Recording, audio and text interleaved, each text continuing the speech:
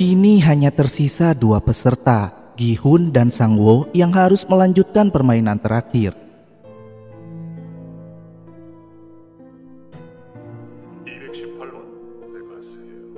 Sebelum memulai permainan, para kru meminta Sang-woo dan Gi-hun memilih gambar koin sebagai penentu penyerang atau pemain.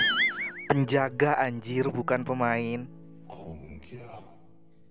Karena Gi-hun menang, ia bebas memilih lebih dulu. Gi-hun pun memilih sebagai penyerang dan mereka pun dibawa ke tanah lapang menuju tempat permainan. Sementara tamu VIP yang gak paham tentang permainan cumi atau Squid Game bertanya pada frontman. Frontman pun menjelaskan kalau itu adalah permainan anak-anak Korea zaman dulu. Permainan itu paling melelahkan dan terkesan brutal karena para pemain bebas melakukan apa saja, termasuk kekerasan. Peraturannya, penyerang harus masuk ke dalam gambar cumi-cumi, berlari melewati pertahanan, dan menginjak kepala cumi-cumi untuk menang. Sementara penjaga harus mendorong penyerang keluar dari gambar arena permainan untuk menang. Selanjutnya, jika terjadi sesuatu dan salah satu dari mereka gak bisa lanjut untuk terus bermain, maka orang yang bertahanlah yang akan menang. Gi-hun bertanya, apa maksud dari gak bisa lanjut untuk terus bermain? Dan kru menjawab mengacu pada kematian salah satu pemain. Dan permainan pun dimulai. Gi-hun langsung melakukan serangan. Dia melempar pasir ke wajah Sang-woo hingga Sang-woo kelilipan. Gi-hun pun dengan mudah melewati leher cumi-cumi. Dan tugas Gi-hun selanjutnya adalah melewati Sang-woo agar bisa menginjak kepala cumi untuk menang. Hujan mulai turun yang membuat adegan semakin dramatis dan tegang. Tegang. Di tengah permainan, Sang-woo berkata kalau Se-byok akan mati juga dan dia hanya membantu mempercepat kematiannya untuk mengakhiri penderitaannya. Tapi Gi-hun berkata kalau Se-byok bisa diselamatkan. Rupanya Sang-woo membunuh Se-byok karena ia takut Gi-hun dan Se-byok mengakhiri permainan dan dirinya akan pulang dengan tangan kosong lagi. Gi-hun pun buka suara kalau bukan karena Se-byok, mungkin ia telah membunuh Sang-woo malam itu. Mereka lalu bertarung saling menyerang yang disaksikan oleh para VIP secara langsung.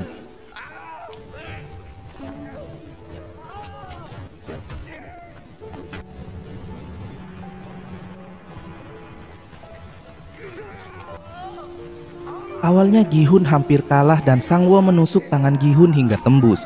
Tapi akhirnya Gi-hun berhasil menaklukkan Sang-woo. Dia mencabut pisau itu dan hendak menusuk Sang-woo. Namun Gi-hun tidak bisa melakukan itu meskipun sangat marah pada Sang-woo. Gi-hun pun melanjutkan permainan menuju kepala cumi dengan kaki yang tertatih-tatih. Ketika kru menodongkan pistol pada Sang-woo dan Gi-hun hampir tiba di kepala cumi, Gi-hun malah kembali pada Sang-woo dan mengajaknya untuk menghentikan permainan itu. Para VIP pun bingung. Dia mau berhenti padahal kemenangan di depan mata. Apa dia tidak mau uang? Sang-woo justru berkata tentang masa kecil mereka dan meminta maaf pada Gi-hun. Ketika Gi-hun menjulurkan tangannya mengajak Sang-woo pulang, Sang-woo justru meraih pisau di sampingnya dan menggorok lehernya sendiri. Gi-hun pun terkejut, kaget dan menangis. Sebelum meninggal, Sang-woo berpesan pada Gi-hun supaya menjaga ibunya. Gi-hun pun tak kuasa menahan tangis melihat teman masa kecilnya tergeletak tak bernyawa.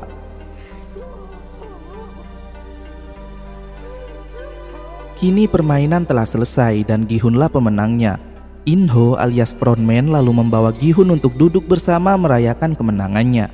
Dalam keadaan mata tertutup dan tangan terikat, Gi-hun bertanya kenapa mereka melakukan itu. In-ho hanya menjawab telak kalau mereka para peserta sama seperti pacuan kuda yang sering dijadikan taruhan oleh Gi-hun selama ini. Tanpa menjawab pertanyaan Gi-hun selanjutnya yang menanyakan siapa frontman, Gi-hun dibawa oleh mobil limosin dan diturunkan di pusat kota dalam keadaan yang masih sama. Mata tertutup, tangan terikat dan mesin ATM yang dimasukkan ke dalam mulutnya. Ketika dicek, ada saldo 45,6 miliar won atau setara 550-an miliar rupiah. Tapi Gi-hun hanya mengambil 10.000 won saja atau sekitar 120 ribuan. Ia lalu pulang ke rumah dan ketika melewati kedai toko ibunya Sang-woo, ibu Sang-woo menghentikan Gi-hun. Ia yang melihat kondisi Gi-hun mengira Gi-hun mabuk dan berkelahi. Ibu Sang-woo lalu memberikan makanan untuk Gi-hun dan ibunya. Dia juga mengatakan kalau ibu Gi-hun sepertinya sedang sakit karena teleponnya gak pernah diangkat. Sebelum pergi, ibu Sang-woo hendak bertanya pada Gi-hun tentang Sang-woo, namun ia mengurungkan niatnya dan meminta Gi-hun segera pulang. Ketika tiba di rumah, betapa terkejutnya Gi-hun mengetahui ibunya terbaring lemas tak bernyawa di lantai.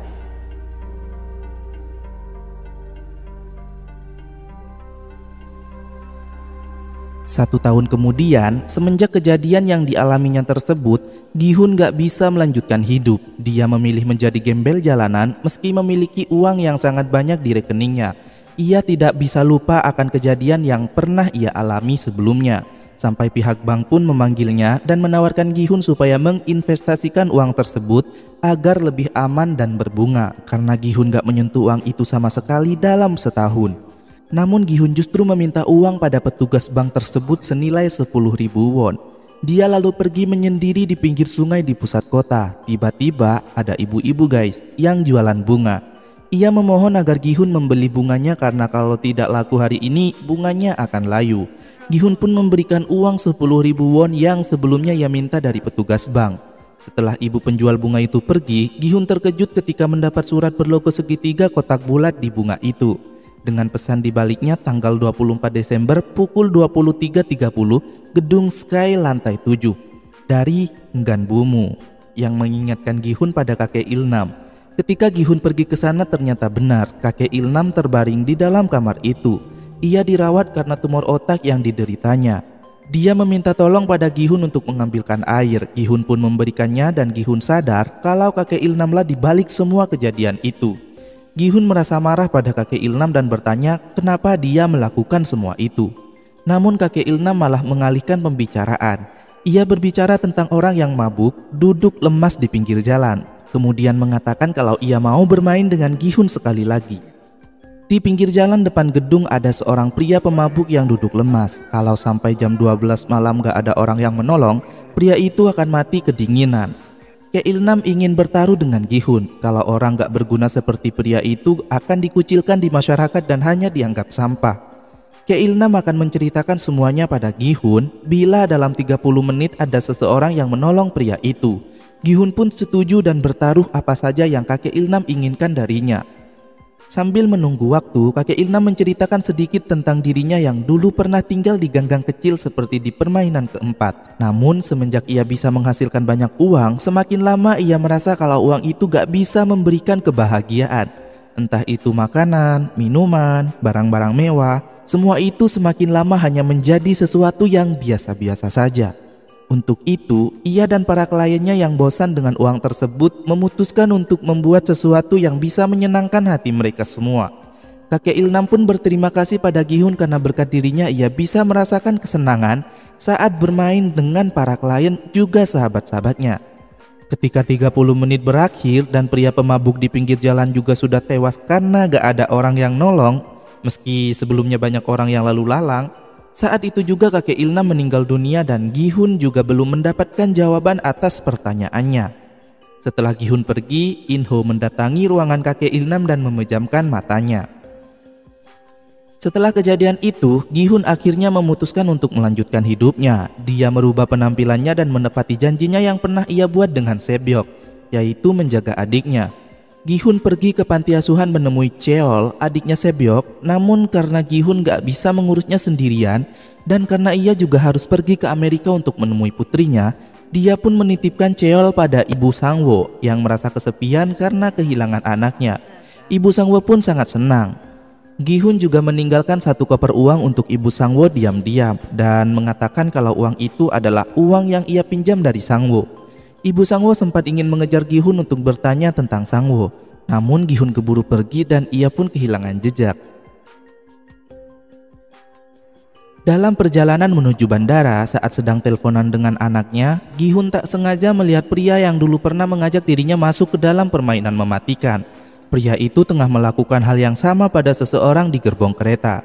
Gi-hun pun mencoba menghampirinya tapi pria misterius itu sudah keburu pergi dengan kereta. Gi-hun lalu memperingati orang yang bermain dengan pria tadi supaya tidak menerima undangannya agar nasib orang itu gak seperti yang dialaminya. Sebelum menaiki pesawat menuju Amerika, Gi-hun mencoba menelpon nomor yang ada di dalam kartu nama tersebut yang ia ambil dari orang tadi. Dan ketika frontman menjawab telepon itu, frontman menyuruh Gi-hun untuk melanjutkan perjalanan menuju Amerika. Namun Gi-hun malah berbalik dan berniat untuk mencari tahu tentang mereka semua. Dan akhirnya film pun berakhir. Ending yang sangat mengesalkan sekali, ya kan?